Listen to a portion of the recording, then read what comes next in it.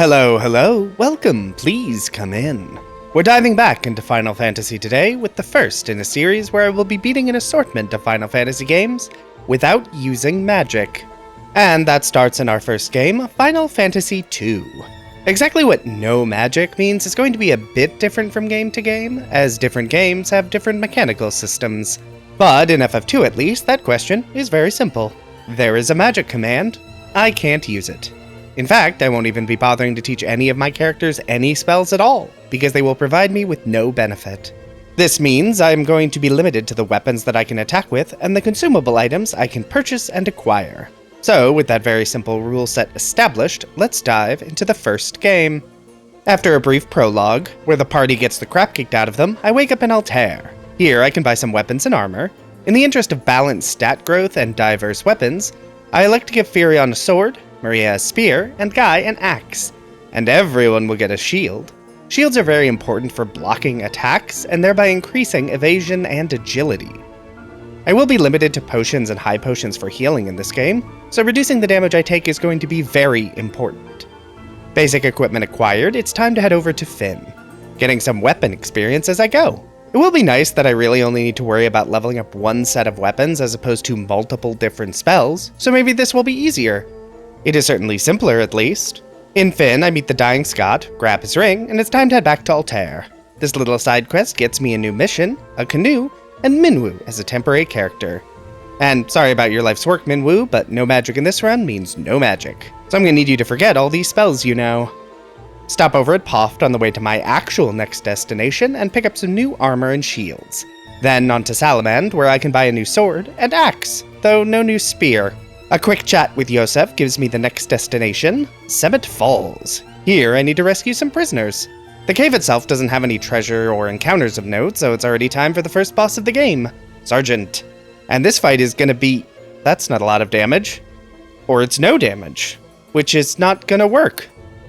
Every random encounter up to this point has been super easy, but I guess I need to do a bit of grinding to get my characters a little stronger and or get their specific weapon levels up. So let's just do a bit of grinding for that, because shockingly no, I cannot win a fight against a boss that I can't actually deal damage to. Back in, and that did not make a huge difference. Maybe a little bit actually. I'm dealing any damage a lot more frequently. Still not great damage, considering this boss has 420 HP, and he can actually hit me pretty consistently. For not earth-shattering damage, but definitely not nothing. More grinding, I guess. Alright, let's try this again. My damage is better, still bad, but better, and now my shield levels are high enough that I can mostly just spam attack? Well, that took a lot more grinding than I'd expected. Let's hope that isn't indicative of how weapons are going to handle these bosses, because that is basically all I've got. Beating the boss means I can grab the Mithril and take it back to Altair, which means I now have access to purchase Mithril weapons, which should hopefully do a lot to improve my damage, because that last fight was real not great. Next destination is Bofsk, to talk to this rebel soldier to get access to the Dreadnought cave. And I definitely picked up the keyword on my first trip to Altair. I definitely didn't have to take the long walk to Bofsk twice. That would be embarrassing. There are no interesting encounters here, and the only item of note is the pass I'll need to access the Dreadnought later. Having failed to initially stop the Dreadnought, time to solve that problem by getting some Sunfire. But that is a little bit of a trek. First, it's back to Salamand to recruit Yosef, then back to Summit Falls to grab the Snowcraft, and then to take the Snowcraft through the snow fields and reach the Snow Cavern. The encounters here are pretty easy, and there are some shiny new items, but it's already time for the second boss. Let's see if it's going to be as big of a pain as Sergeant was. 0 damage? Oh, there we go. Just a bad few first attacks. And then I stomp the boss. Interesting. I wonder why that boss was so easy, but the first boss was nearly untouchable. Then Borgin gets his butt kicked as normal, and a falling boulder takes out Yosef. But I have the Goddess spell, so it's time to head over to Kashwan Keep to get the Sunfire I need. Here, I recruit Gordon to the party, not that I'll be using him any more than any other fourth party member. And other than this bomb encounter, there isn't really anything here that is too interesting. Some new equipment, but that's it. And it's already next boss time. Things are really flying. I find that suspicious. Red Soul uses an assortment of powerful magic attacks on the whole party, but it also dies well before that actually becomes a problem. So I'm confused. Are weapon attacks really strong in this game? Because I feel like the very easily leveled weapons are thus far mostly just better than spells. Curious. Anyway, now that I have Sunfire, I can board the Dreadnought with the pass I stole earlier, and it's time to explore.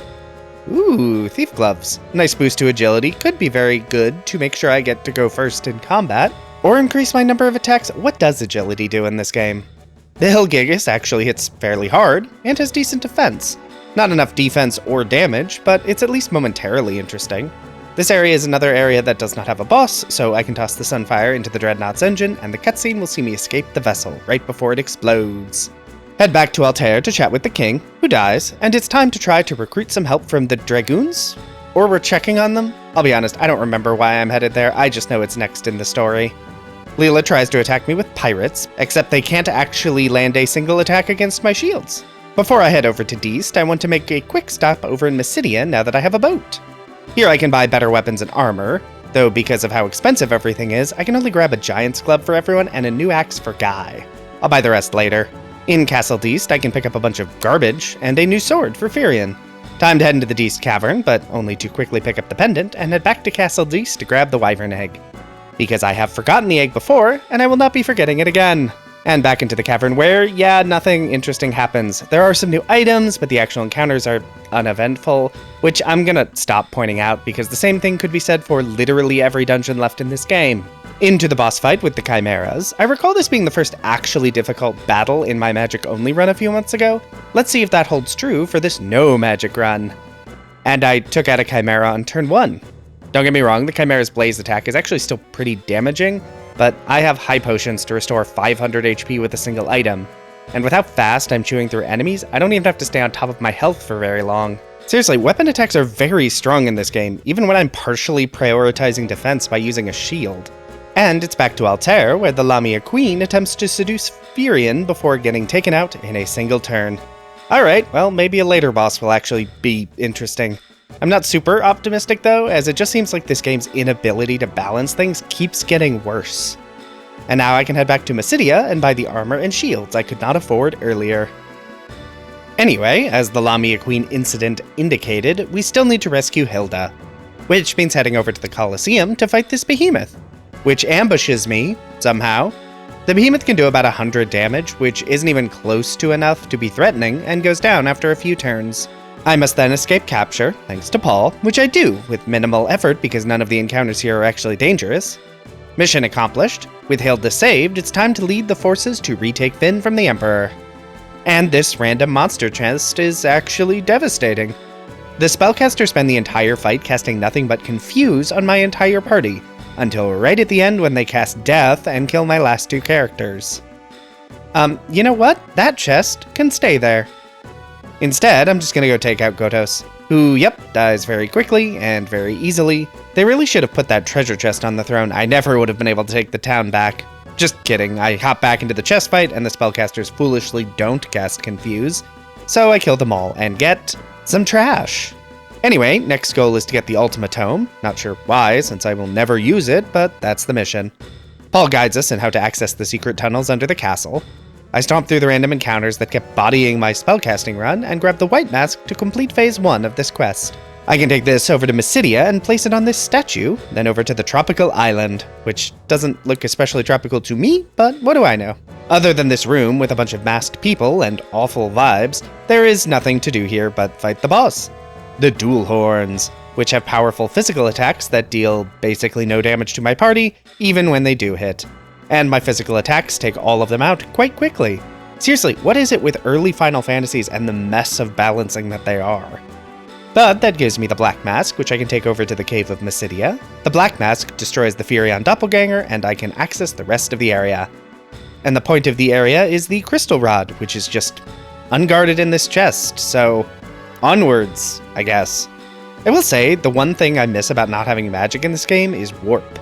Some of the dungeons in this game have warp points to let you leave the dungeon quickly, but most do not. And having to slowly walk all the way back out of the dungeon is kind of obnoxious. Crystal Rod in hand, I can head towards the Mysidia Tower and get swallowed by Leviathan for some reason. What is the world-building explanation for this giant sea creature? Like, it clearly eats a lot of people, in that there appears to be a decent number of people in here. And among those people, I recruit Ricard to be my next pointless 4th party member. Neat, you sword for Firion. Alright, boss time. Brace for disappointment. Oh, hey, that's some actual damage on both Maria and Guy. I'm actually going to need to stop and do some healing, because that will kill me if it hits the same ally more than once.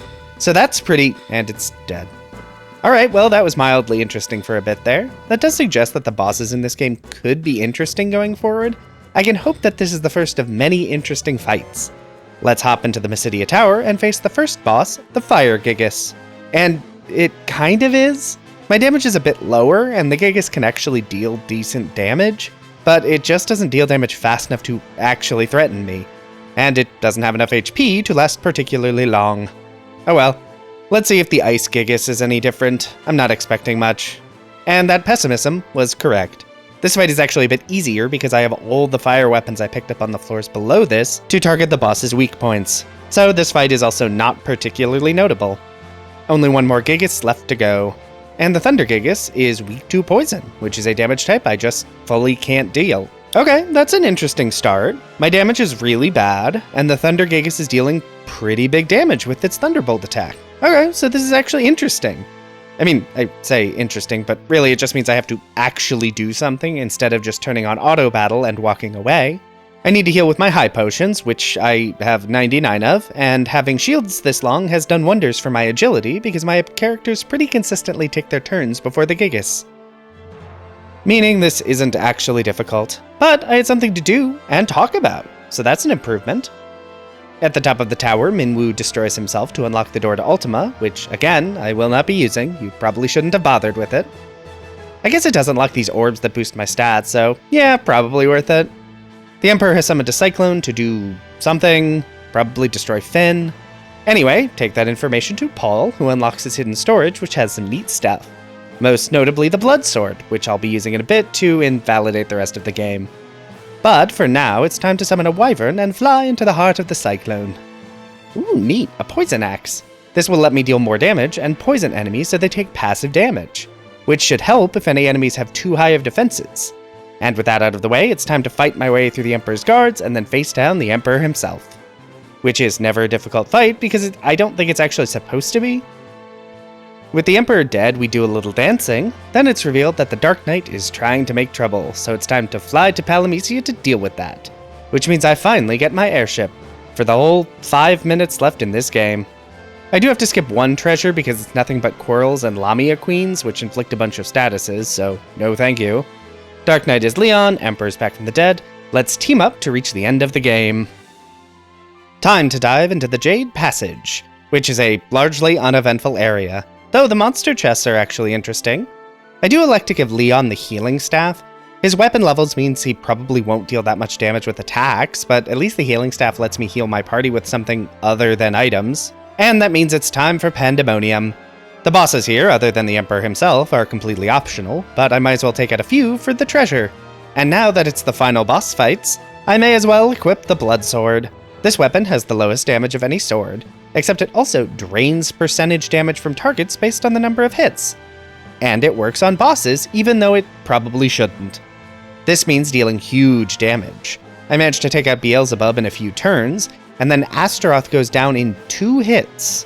Considering the damage is percentage based, I'm not expecting this final fight with the Emperor to be that interesting, and yep, that is some big damage. The Emperor's physical attacks also deal big damage, enough to even one-shot anyone in my party.